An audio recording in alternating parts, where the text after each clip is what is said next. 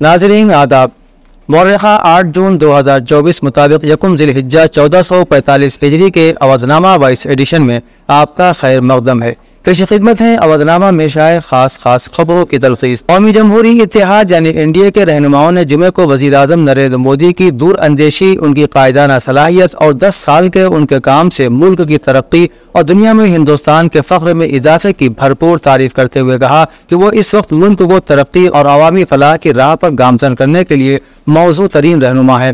Mister Modi को NDA पार्लिमानी party के leader के तौर पर मुंतखब करने के लिए पुराने पार्लियामेंट हाउस में मुनक़िदा मीटिंग में कहा गया कि 2024 के लोकसभा इंतखाबात में एनडीए की मुसलसल तीसरी जीत मिस्टर मोदी की क़यादत वाली हुकूमत के 10 साल के कामों और वज़ीर आज़म की दिन रात की मेहनत का नतीजा है। एनडीए लीडरों ने वज़ीर आज़म के हर काम और हर बात की हिमायत करने के अपनी पार्टी के वादे को दोहराते हुए मिस्टर मोदी के वज़ीर आज़म के तौर पर इंतखाब की मंजूरी दे दी। सदर जमहूरिया हिंद द्रौपदी मुर्मू ने जुमे की शाम कौमी जमहूरी इत्तेहाद के रहनुमा नरेंद्र मोदी को नई हुकूमत तश्कील देने की दावत दी और उनसे नई वज़ारती काउंसिल के लिए नामों की फहरिस्त भेजने को कहा। मिस्टर मोदी शाम 7:15 बजे राष्ट्रपति भवन पहुंचे और सदर जमहूरिया से मुलाकात की। बाद मीडिया से गुफ्तगू करते हुए मिस्टर मोदी ने कहा कि सदर जमहूरिया ने उन्हें वज़ीर आज़म के ओहदे के लिए नामजद किया है और उनसे कहा है कि वो काबीना की फहरिस्त दें। उन्होंने कहा कि मैंने सदर जमहूरिया से कहा है कि इतवार की शाम 7:15 बजे हमारे लिए हलफ बर्दारी की तकरीब मुनक़िद करने के लिए मौजू वक्त होगा।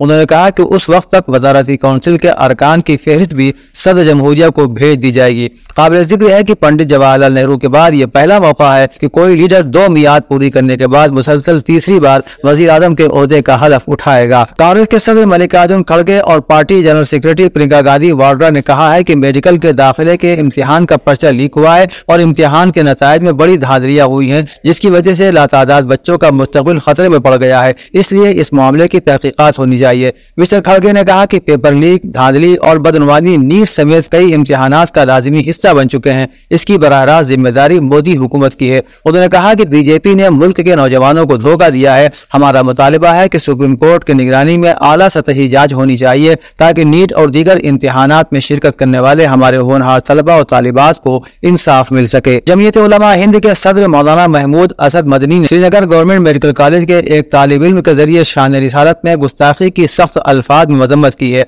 मौलाना मदनी ने जम्मू कश्मीर के लेफ्टिनेंट गवर्नर मनोज सिन्हा के नाम लिखे एक खत में वाक़े के खिलाफ फौरी कार्रवाई और मुनसिफाना मुदाखलत का मुतालबा किया है। वाज़ेह हो कि मेडिकल कॉलेज के गैर मुस्लिम तालिब इल्म ने मुबैना तौर पर सोशल साइट कादर ऐप पर हुजूर अकरम सल्लल्लाहु तआला अलैहि वसल्लम के खिलाफ गुस्ताखाना तबसरा पोस्ट किया है। मौलाना मदनी ने अपने मकतूब में कहा है कि इस तरह की हरकतों पर पुलिस इंतजामिया की सरदमोहरी और मामूली महकमा जाती कार्रवाई पूरी दुनिया के मुसलमानों की दिल आज़ारी का बाइस बनती है। उन्होंने मुतालबा किया कि मुजरिम को बिला ताख़ीर गिरफ्तार किया जाए और उसे कानून के मुताबिक सजा दी जाए। एक्साइज पॉलिसी घोटाले से मुतालिक मनी लॉन्ड्रिंग केस में मुलजिम और दिल्ली के वजीर आला अरविंद केजरीवाल की जमानत की दरखास्त पर जुमे को खुसूसी अदालत में समाअत 14 जून तक के लिए मुलतवी कर दी गई। कावेरी बावेजा की खुसूसी अदालत ने मिस्टर केजरीवाल की तरफ से पेश होने वाले सीनियर वकील एन हरिहरन की दरखास्त पर गौर करने के बाद समाअत मुलतवी करने का हुक्म दिया। बता दें कि अरविंद केजरीवाल ने ईडी की जानिब से अपनी गिरफ्तारी की कानूनी हैसियत को चैलेंज किया है। इस मामले में उन्हें अदालत उज़्मा ने अबूरी जमानत दे दी थी,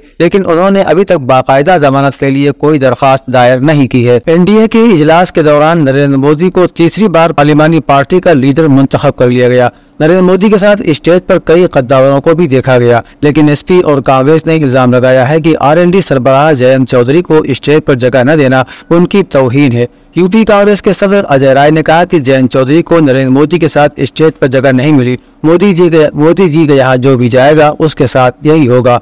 पार्टी में शामिल करते वक्त उन्हें बड़े गुलदस्ते और हार पहनाए जाते हैं, लेकिन बाद में उनकी तौहीन की जाती है।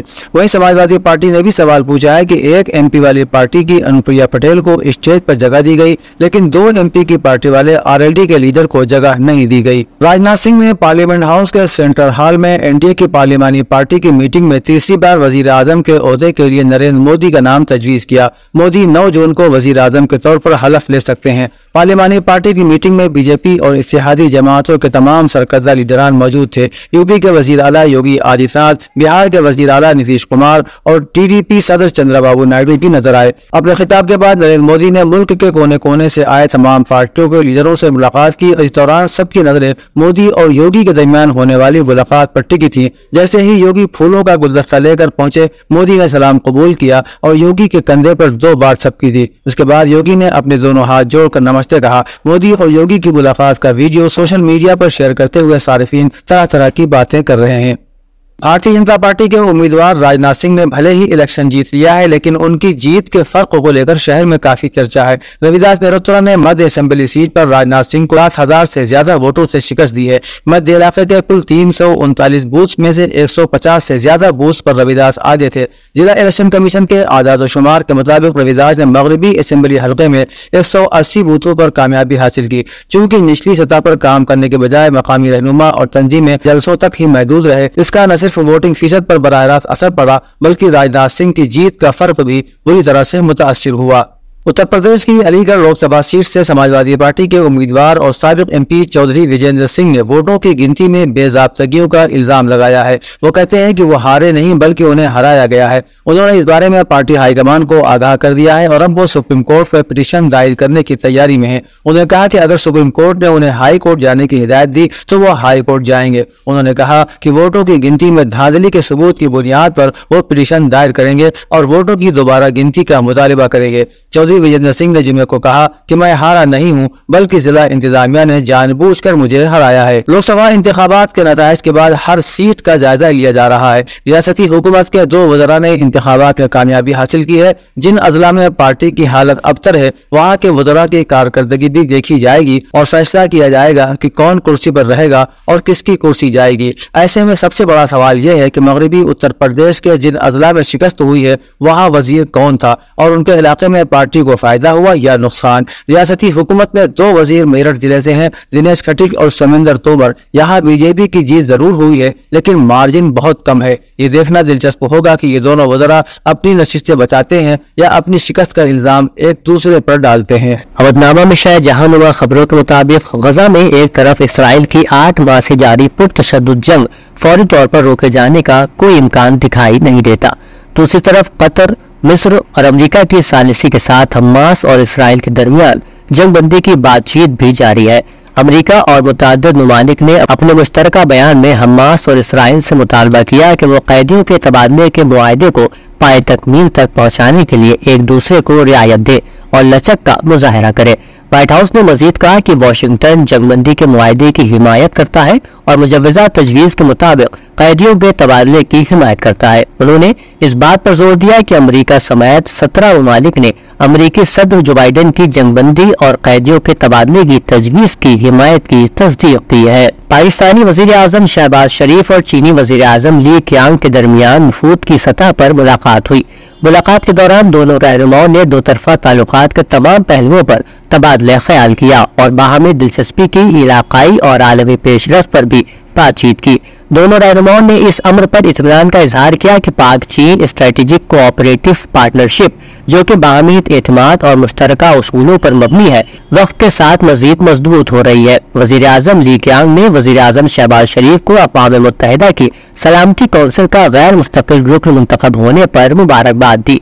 दोनों रहनुमाओं ने अहम मामलात पर एक दूसरे की गैर मुतज़लज़ल हिमायत का इआदा किया और चीन पाकिस्तान इक़्तिसादी राहदारी की आला मेयार की तरक्की के लिए मुसलसल अज़्म और हिमायत का इजहार किया। गुज़िश्ता हफ्तों के दौरान मिस्र ने बारहा कहा कि इसराइल की जानिब से गजा की पट्टी के जुनूबी मकाम रफा के बॉर्डर क्रॉसिंग को अस्करी बनाना इसको बंद करने और ट्रकों के दाखिले में रुकावट का बायस बना है। फिर दोनों मुल्कों ने एक फार्मूले तक पहुँचने के लिए मुशावरत शुरू कर दी और उम्मीद जाहिर की गई कि गजा के लिए इस अहम जमीनी राहदारी को खोल दिया जाए।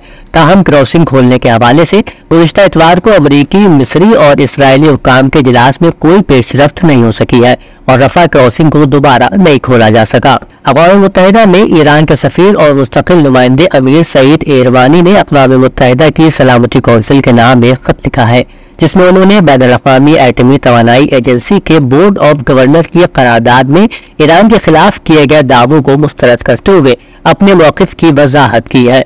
सलामती कौंसिल के चेयरमैन और अक़वाम मुत्तहिदा के सेक्रेटरी जनरल एंटोनियो गुतेरेस के नाम खत में ईरान के नुमाइंदे ने लिखा कि यूरोपीय ट्राइका जामे एटमी मुआहदे में दर्ज जिम्मेदारियों की पासदारी न करने का इल्जाम तेहरान पर लगा रहा है और जानबूझकर मौजूदा सूरत हाल को नजरअंदाज कर रहा है। अवधनामा में शाये मज़ामीन को मुकम्मल तौर पर पढ़ने के लिए अवधनामा की वेबसाइट www.awadnama.com पर विजिट करें और ई पेपर पर क्लिक करें।